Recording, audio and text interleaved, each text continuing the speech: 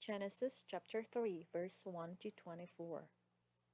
Now the serpent was more subtle than any beast of the field which the Lord God had made. And he said unto the woman, Yea, hath God said, Ye shall not eat of every tree of the garden? And the woman said unto the serpent, We may eat of the fruit of the trees of the garden. But of the fruit of the tree which is in the midst of the garden, God hath said, Ye shall not eat of it, neither shall ye touch it, lest ye die. And the serpent said unto the woman, Ye shall not surely die. For God doth know that in the day ye eat thereof, then your eyes shall be opened, and ye shall be as gods, knowing good and evil. And when the woman saw that the tree was good for food, and that it was pleasant to the eyes, and a tree to be desired to make one wise, she took off the fruit thereof, and did eat, and gave also unto her husband with her, and he did eat. And the eyes of them both were opened, and they knew that they were naked. And they sewed fig leaves together, and made themselves aprons. And they heard the voice of the Lord God walking into the garden in the cool of the day. And Adam and his wife hid themselves from the presence of the Lord God amongst the trees of the garden. And the Lord God called unto Adam, and said unto him, Where art thou? And he said, I heard thy voice in the garden, and I was afraid, because I was naked, and I hid myself. And he said, Who told thee that thou wast naked? Hast thou eaten of the tree whereof I commanded thee that thou shouldest not eat?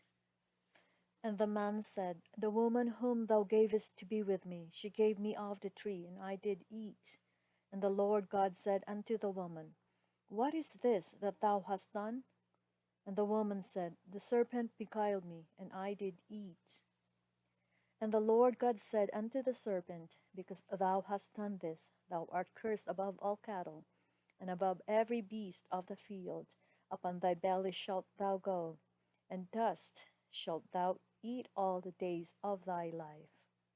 And I will put enmity between thee and the woman, and between thy seed and her seed, and it shall bruise thy head, and thou shalt bruise his heel.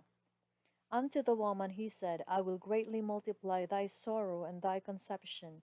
In sorrow thou shalt bring forth children, and thy desire shall be to thy husband, and he shall rule over thee.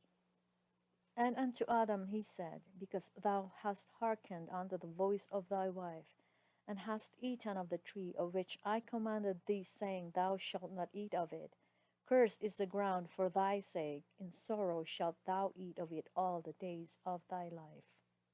Thorns also and thistles shall it bring forth to thee, and thou shalt eat the herb of the field. In the sweat of thy face shalt thou eat bread, till thou return unto the ground. For out of it wast thou taken, for dust thou art, and unto dust shalt thou return. And Adam called his wife's name Eve, because she was the mother of all living.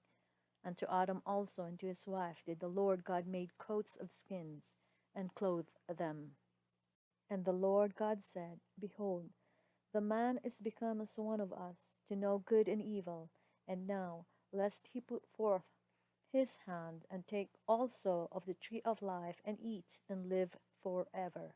Therefore the Lord God sent him forth from the garden of Eden to till the ground from whence he was taken. So he drove out the man, and he placed at the east of the garden of Eden cherubims, and a flaming sword which turned every way to keep the way of the tree of life.